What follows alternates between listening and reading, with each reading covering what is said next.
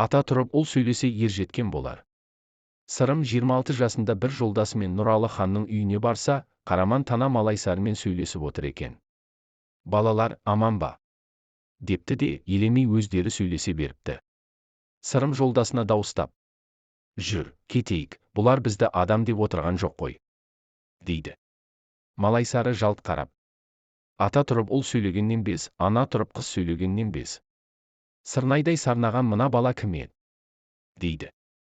Ата тұрып ұл сөйлесе, ер жеткені болар, ана тұрып қыз сөйлесе, бой жеткені болар, дейді Сырым.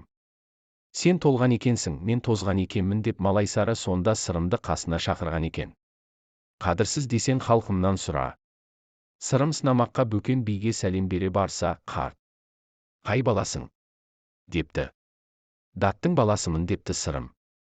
Қой баға алмайтын жаманнан да қолақпандай ұл тауды екен-ау, дейді Бөкен. Отындық ағаштан оқтық мүсін шығады деген қайда? Шалдың 3 түрі болады деуші еді. Қадірсіз шал, қазымыр шал, қыдырма шал. Өзің соның қайсың? Депті Сырым. Сонда Бөкен қарт селк етіп: Бала, қадірсіз десең халқымнан сұра, қазымыр десең қатынымнан сұра, қыдырма десең көршіңнен сұра, деген екен. Мінезің ауыр болсын. Сырым жас кезінде Есентемір Бөкен биге батасын алайын деп және ақыл сұрайын деп ат, шапаны алып барады. Барып қонақ болғаннан кейін Бөкен Сырымнан келген жұмысын сұрайды. Сонда Сырым: Менің сізге келген жұмысым, біріншіден, сіздің батаңызды алайын деп келдім, екіншіден, ақыл сұрайын деп келдім, дейді. Сонда Бөкен: Саған батамды берейін, сен жас болғанмен елге бас болғандай екенсің, деп бата береді. Арқан қара нардай жауыр болсын. Мінезің қара жердей ауыр болсын. Өкпең жоқ, бауыр болсын. Құлағыңнан сыбыр кетпесін. Жасың 60-қа жетпесін, дейді. Батасын бергеннен кейін мен не десем де бәрінің де мағынасы бар. Қалай түсіндің, өзіме айырып бер, дейді Бөкен қарт. Сонда Сырым: Арқан көп мінгеннен жауыр болсын дегенің, халық үшін жұмыс жаса, халықты өзіңе ерте біл дегенің. Мінезің қара жерден ауыр болсын дегенің, беріден ойлама, әріден ойла, салмақты бол, жеңіл болма дегенің. Өкпең жоқ, бауыр болсын дегенің, не болса соған өкпелеп, инені жіпке тізіп өкпешіл болма дегенің. Құлағыңнан сыбыр кетпесін дегенің, ел арасында дау жанжал көп кездеседі, сол мәселені өзің шешіп, ақ қарасын айырып, дұрыс төресін бере біл дегенің. Жасың 60-қа жетпесін деген батаңызға мен түсіне алмадым, депті. Сонда Бөкен қарт Сырымға ақырған екен: Мен сенен Құдайдың берген жасын қызғанам ба? 160-қа кел.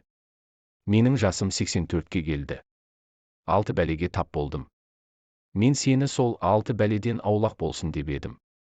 Ол мыналар: үлкен үйге кіре алмадым, кіші үйге сия алмадым. Қара сақалды әкем болды, қара шашты шешем болды. Ауру келді, кәрілік жеңді, міне 6 бәле деген осы. Бұған қалай түсіндің? дейді. Сонда Сырым батыр: Үлкен үйге кіре алмадым дегеніңіз, адамның қатары кетеді, баратын үйі таусылады. Кіші үйге сия алмадым дегеніңіз, өзінен жасы кіші адамдардың үйіне жасы үлкен адам шақырусыз бара алмайды. Қара сақалды әкем дегеніңіз, өзіңнен туған кей бала, есейген соң әкенің тілін алмайды, әкені дұрыс баға білмейді. Бір сөз айтсаң бетіңді қайырып тастайды. Қара шашты шешем дегеніңіз, сол баланың әйелі, келіннің. Осы шалға не керек екен, берген асты ішіп жата бермей дейтін шығар. Ауру мен кәрілік түсінікті ғой, ата, депті. Сонда Бөкен қарт: Бақытты бол, балам, жақсы шештің, дейді. Сырымға қарап Бөкен басын шерткен екен. Сырым оған аузын ашып тілін көрсетіпті. Сырымның қасындағы жолдастары: Бөкен саған неге басын шертті, оған сен аузыңды ашып тіліңді шығардың, ол не сөз? дейді. Сонда Сырым: Ол кісі маған басын шерткені, басқа бәле қайдан келеді деген жұмбағы еді, менің оған тілімді көрсеткенім, басқа бәле қызыл тілден келеді дегенім, депті. Табалдырықтан биік тау жоқ. Нұралыны шапақ болғанда ағайыны бөгет жасай беріпті. Сонда Сырым: Табалдырықтан биік тау жоқ, жаман ағайыннан мықты жау жоқ, деген екен. Сөз анасы не? Сырым Үргеніштің ханына барып 100 керіс қылған. Хан Сырымның атағына сырттай қанық, қазақтың өзі шешен, өзі батыр кісісі деп естиді екен. Хан Үргеніш шешенімен Сырымды айтыстырыпты. Үргеніш шешені: Сөз анасы не? Су анасы не? Жол анасы не? деп сұрайды.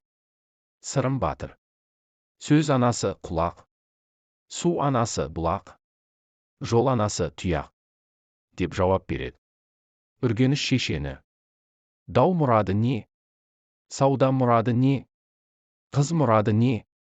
Жол мұрады не? дейді. Сырым батыр. Дау мұрады біту. Сауда мұрады ұту. Қыз мұрады кету. Жол мұрады жету дейді. Үргеніш шешені. Намазда жан-жағыңызға қарай береді екенсіз, оныңыз не?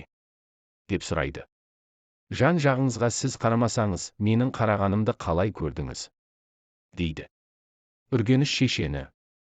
Сізді екі аяқты, бір тілді адам баласы жеңді ме? дейді. Сырым батыр. Сырымның айтқанын тыңдамай, өз сөзін соға берген адам сырымды күнде жеңеді дейді.